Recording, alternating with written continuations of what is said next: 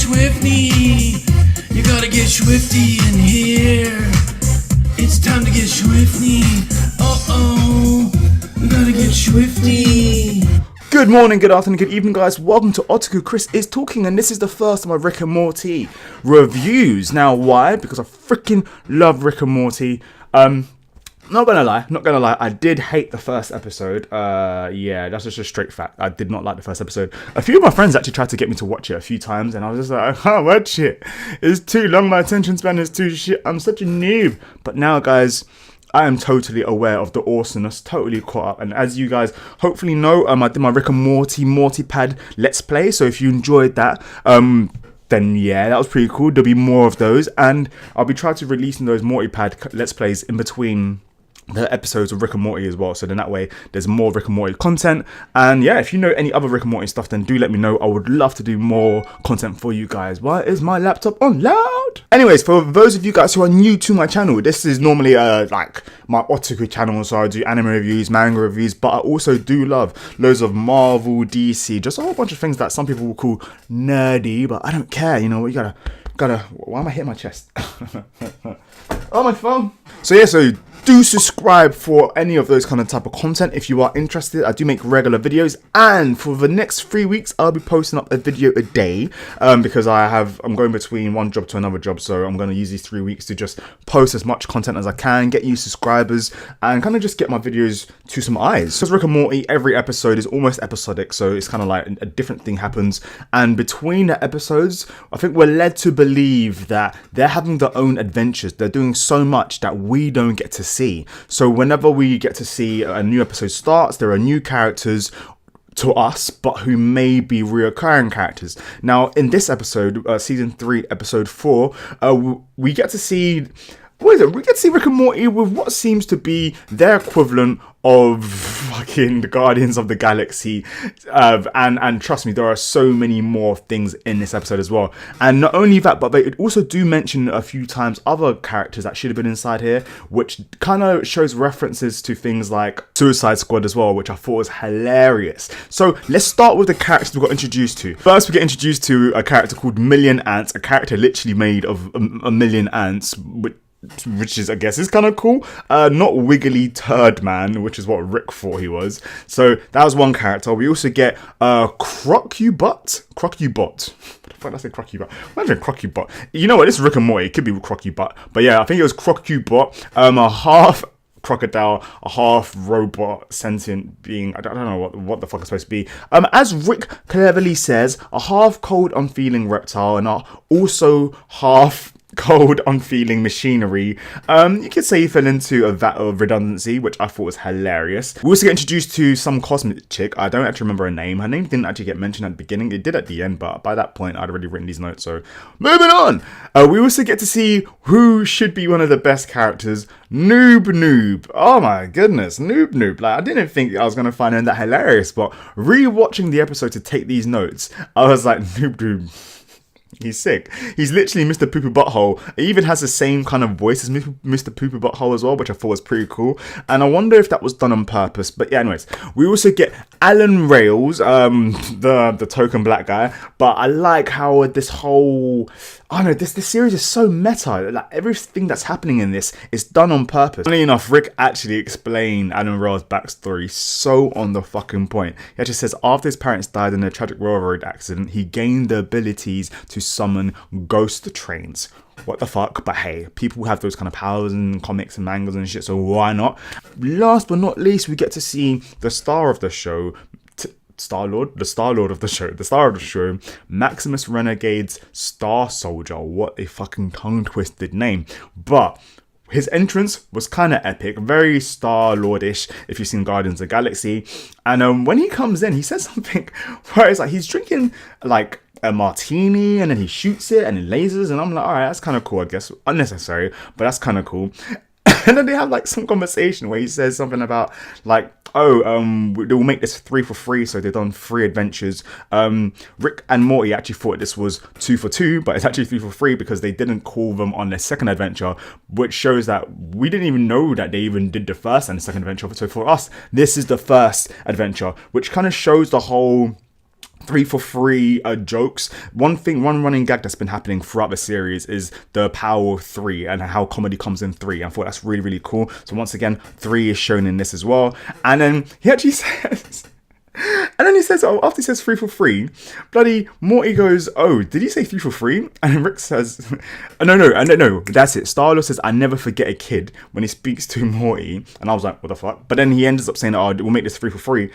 Morty says, what did you say, 3 for 3? And then Rick, actually says, did he say, I never forget a kid?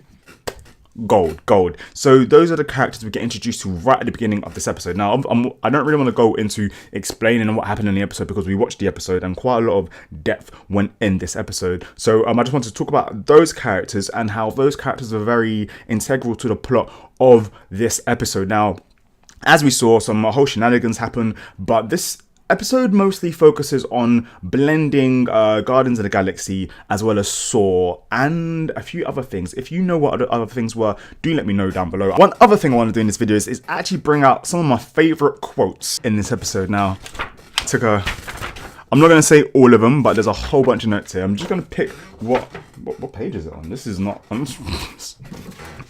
It's on this. That's why I look like there's a lot less. All right, I'm just going to take a couple of my favorites. Let's say this. So the first one I mentioned earlier, Rick says, did he say I never forgot a kid? Gold. Rick also says later, good and bad are artificial constructs, and that is something that plays into this episode later on, and I feel like it plays into this series as well. Another one is, let me look at my pros and cons. He goes, okay, so the ability to do everything, but only whenever I want. Rick. Fucking Rick, man, Rick.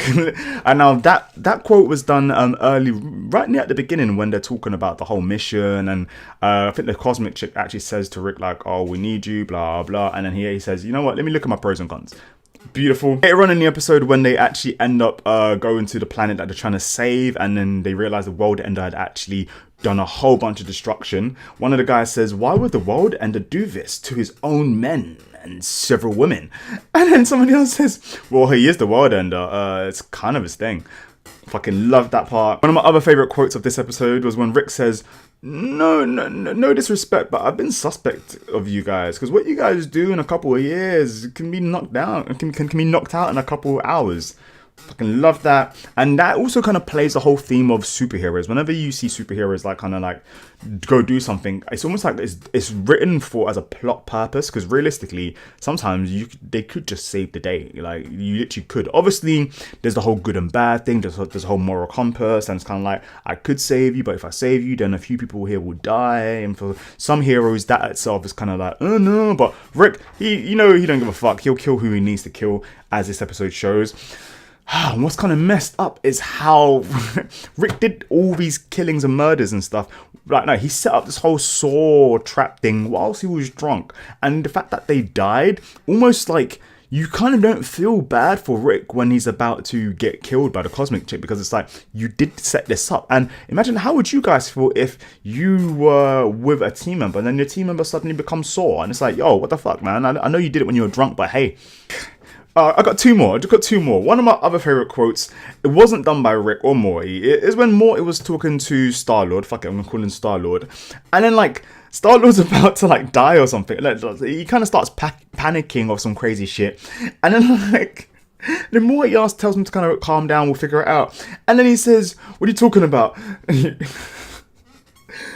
Oh, nice bit of gold, comedy gold, between Rick and Morty when when Morty starts to like basically undo this bomb that Rick had made, and then like literally whilst it's being done, it's kind of like, well, how does Morty, like us as the audience, at one point we realize, wait a second, Morty's able to get through these all really quickly. Either he's a genius or this has been done quite a lot. And whilst we're thinking this, Rick actually says, Morty, how many of these? And then Morty just says, too many, Rick, way too many. And you're like, oh shit, man, Rick is always drunk, what the actual hell.